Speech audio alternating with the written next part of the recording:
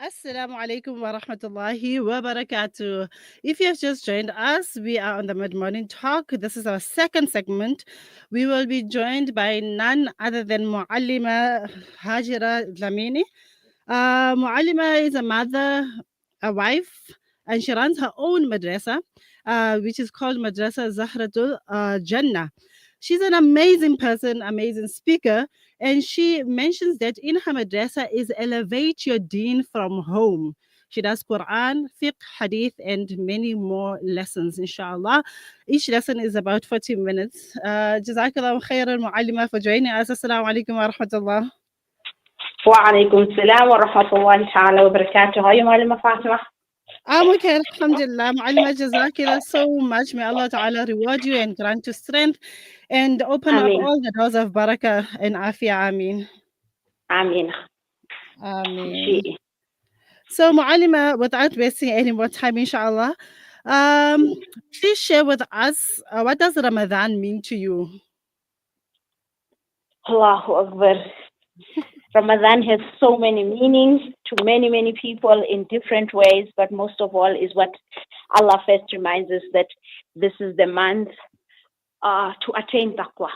So that is mostly the first thing that I always look up to when Ramadan approaches, to say it's a time for me, Hajira, to do self-introspection, to see how far have I improved in my deen from the last Ramadan to this Ramadan. I literally actually jump like a small child when I just hear the moon has been sighted, because I look for this opportunity. We get so busy as mothers during the year. We never get this time just to reconnect again and to just, take a look at how have we been worshipping Allah subhanahu wa ta'ala, have we been fulfilling our duties correctly. So for me, it is that excitement to bring back my mind, my thoughts, my everything to that moment, to say, do a self-check that are you doing correctly? Are you still on the right path? Are you still holding on to what you need to hold on so that you reach Allah in a state that He's pleased with you? And then also, secondly, with Ramadan, I think I mentioned only two things. The other exciting thing that Ramadan brings to my life, or the meaning, actually, let's put it like that, is that the moment where I find joy in seeing all of us as an ummah in obedience of Allah all at once. Yes, there is 5 daily salah, there is that. However, like literally at the point where we all say the moon has been sighted billions around the world, we all say submission, sami'ana wa ata'ana, like collectively, especially today, where the masajids are full. The other time I was just driving by, it was just a day before Ramadan, or it was the afternoon before Ramadan, driving just to reach Salah in one of the masajids in my locality. And when I'm like, we just drove in and I'm like, why is it so full? Is there a wedding? Is there this? Is there a program? And I saw like, then I asked Kabi, what was happening? Please tell me. Like literally there was not even a space for parking. Just saying, no, people just came for their Asr Salah. And like, that is the point that really brings so much love for me. And I say, yeah, Allah, so many of us love you. Oh Allah, please do forgive us. Oh Allah, do grant us ease in all our matters, even though we do forget in the 11 months, but the time that we do remember, it is mentioned that your mercy surpasses your anger. So Allah forgive us. Allah forgive us. So that excitement of seeing all of us at once obedient to the law of Allah, that is what is exciting for me in the month of Ramadan, amongst many. So those two. You bring goosebumps to my body by just saying that, it's always the same thing. Everybody's awake all at the same time. Everybody's worshiping Allah Ta'ala. We are all singing the same song throughout the day for the next 30 days, inshallah. May Allah make it such that we keep in that way for the rest of the year. Ameen. Ameen. And then, Mu'alima, what has it been like fasting, being a mom, a wife, working and still have to do ibadat, tarawih, etc.? Allahu Akbar, challenging than ever, I would say, for me this year. A good challenge, because I think what I did in the beginning, I was feeling very overwhelmed. As you said, I ran my own madrasa, and currently I'm still only the single one teacher in the whole madrasa, with over about so many ladies, and all of them taking individual classes at different times. Sometimes I start my lessons just before Fajr and right till 10 p.m. and there's still all the other things that we need to do during the month of Ramadan. So for a moment, I think during this few days, my daughter reminded me and said, everything that a lady does, she needs to check her intention and remember, as you are striving, whether it is your extra minutes in the kitchen and we are making dua and you're busy with the iftar, or you extra this, or you're a little bit delayed in your tarawih, remember, Allah subhanahu wa ta'ala knows your sacrifices. So even if you missed it by a minute, you will still get a reward, inshallah. So yeah, it's not been easy. Wallahi, I really, really, really, really admire all the ladies out there, all the women out there. I mean, other years have been a little bit easier, but this year I think I felt it a little bit more. But yeah, Alhamdulillah, Alhamdulillah, we are stronger than what we think, and if we put our minds to things, we get to achieve all of them, inshallah. So yeah, it's a lot. We get to be this. I mean, family members started getting sick all one after another, and we still have all this, but Alhamdulillah, we still managed through it. So I think another thing that gave me hope, it was a short clip I found on, we got socials and so many things, and it was mentioned that how a woman gets triple the rewards, even though she gets her haid during the month of Ramadan, even if it's just few minutes before she breaks a fast, and then just a minute, and then you get your. So when that alim was explaining it so beautifully, says the fact that you break your fast, even though your heart is not at ease, Allah grants you reward for sami'na wa ata'ana, for obeying and hearing and obeying the law of Allah, and Allah reward you for that.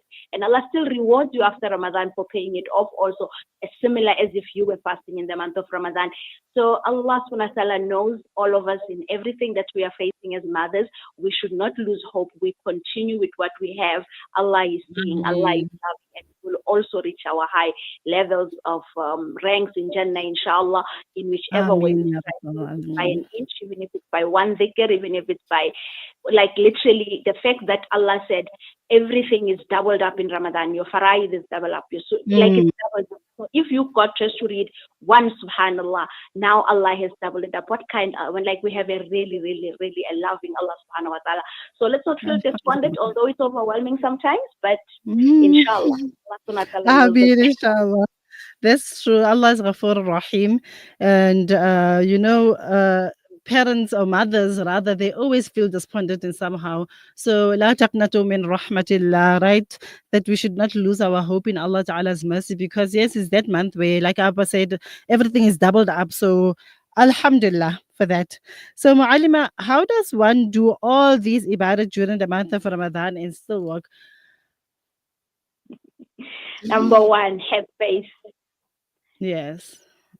Number two, correct your intentions in the beginning, in the middle, and in the end. So as you serve just mere iftar, it could be dates. Remember the first hadith in Ramadan, serving a fasting person, you also get the similar reward as them. So it is having faith in the Almighty Allah, not losing hope in the mercy of Allah, and then correcting your intentions. And then also continuing establishing your priorities correctly. It is the month of Ramadan.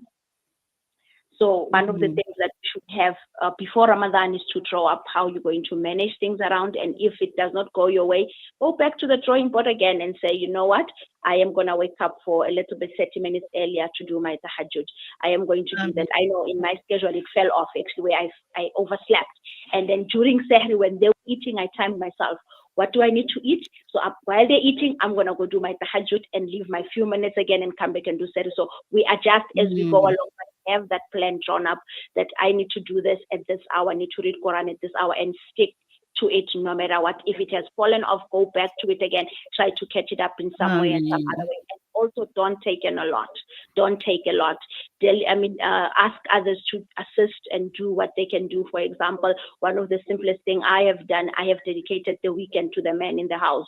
So my sons, my husband, they got the weekend to cook, they got to sort out things. So that is their day. So you must not feel shy in doing those kind of things. It's permissible, it's halal.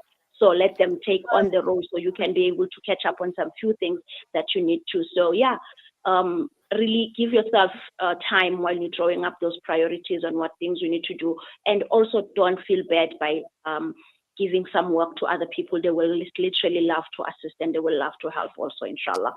Subhanallah. And then I think, finally, the last one is that don't overexert yourself. Remember, the mother is still needed also after Ramadan. We are needed 4 hours. We are needed 365 days a year. So don't Mm. overexert yourself. Also remember, even in your sleep, ibadah is also counted also for you if you make the right intention. So take it one step at a time. They still need you throughout, even beyond Ramadan. Believe me, the first day they need you is that day of Eid. Everybody, all of a Mm. sudden, they don't know where's their outfit, where's my scarf, where's my pen, where's my what, where's my all that. So Yeah. give yourself that time and understand that do your me time. And actually, this is what we're doing in Madrasa last week in the Kitab, so that translating i'tikaf as me time with Allah. So those ladies who are able to also do i'tikaf, nafil i'tikaf, if you can, or sunnah Mm. i'tikaf, you can also, and don't feel guilty. Do it. Inshallah, it's a moment that literally connect you back to the first point I started with, taqwa, and rechecking yourself where you are. So if you're able to take the opportunity, inshallah. Also, as we pack for the husbands to go on itikaf, let's also find time in our schedules to say maybe I'll spend an hour in itikaf in the last 10 days of Ramadan, which will be good actually in Ameen. that. And also breathing in and saying and setting priorities correctly, inshallah, going forward after Ramadan. More or less, there's a lot, but I think those ones are fine, Mu'allim. Ma'alima, Jazakallah so much because I just want to say this that if people have lost it, is have faith, correct your intentions, continue to establish your priorities correctly. Don't take a lot. Ask for assistance. Give Yes, yourself time as well, and don't overexert yourself. What wonderful advice that is, Ma'alima. Jazakallah so much for that. right. Amen. And then, Alima, also, Ramadan is a month of Quran, right? Please share a bit of light. How does one complete at least one khatam in this beautiful month of Ramadan? Yeah, especially us with ladies and with all our Yes. days, off days, all that. It's not easy. But I think what I remembered during this Ramadan is one alim from Pretoria in one girls' madrasa. He mentioned that your connection with Quran in Ramadan shows very well how much connection of Quran also you have outside Ramadan. So that's Mm. the start. If we are struggling, this is also for myself. I should look actually how much connection do I have outside Ramadan? Because if you do have a connection outside Ramadan, it's very, very easy just to complete it and finish it. That's the first part. So we need to actually, even outside Ramadan, establish that connection with Quran in the best of way. I know my twin sister, Allah Pak, may Allah reward and grant it, and she has such connection with Quran. Ameen. Sometimes it's really that woman eats and drink Quran. I phoned her 2 days after Ramadan and asked her how far. She's Subhanallah. like, I'm done for Khatams. And I was like, what? Wow. What? And I told MashaAllah. her this day, I said, listen, you're my sister. I'm not going to compete with you. I can't catch up. but but and I made dua for us. I said, make dua for us. We can be able to do that. But that is her relationship she has built outside Ramadan. So it's Hmm. very, very important to do it. So if you're not picking up the Quran before Ramadan, it's just there, you're reading it once a day or once a month, it's going to be difficult to find that moment to Subhanallah. complete Ramadan. It's very an important point that. That's why my Hmm. Sheikh Mulana Abdul Hamid Barakatuh always actually gave to all his murids that he must finish Quran at least 2 times in a year, Hmm. one outside Ramadan and one inside Ramadan, inshallah. And Ameen, then now inshallah. coming to the reality of it, where we're so busy and we need schedule, we need to finish time. So look at your schedule in saying maybe can I read 5 pages after every salah, or can I read 3 pages after every salah? Mhm. But the best one which I have found is that when everybody is sleeping, the house is quiet, take a moment to open the Quran. And wallahi, you can find within an hour, depending on your reading, you can finish one para. And then you read Mhm. one para just before midnight, and perhaps half a para after Fajr. You've done 1.5 paras in a day or so, in a period of 24 hours. And in that, inshallah, perhaps you can be able to finish. If you are able to do more, inshallah, try Alhamdulillah. and do more, inshallah. But if you can Inshallah. manage half of Quran next year, aim for a full one, inshallah. But it is best at least to have one completion during the month of Ramadan. I hope that one helps. It is important, the connection for before, that can help us during Ramadan also, inshallah. Ameen, inshallah. Mu'allima, jazakallah so much. May Allah reward you and take you from strength to strength. May Allah Ameen. open up again all the doors of barakah, mercy, happiness, Ameen. afiyah. Ameen. Ameen. Jazakallah khairan wa ahsanul jaza. So there you Ameen. have it.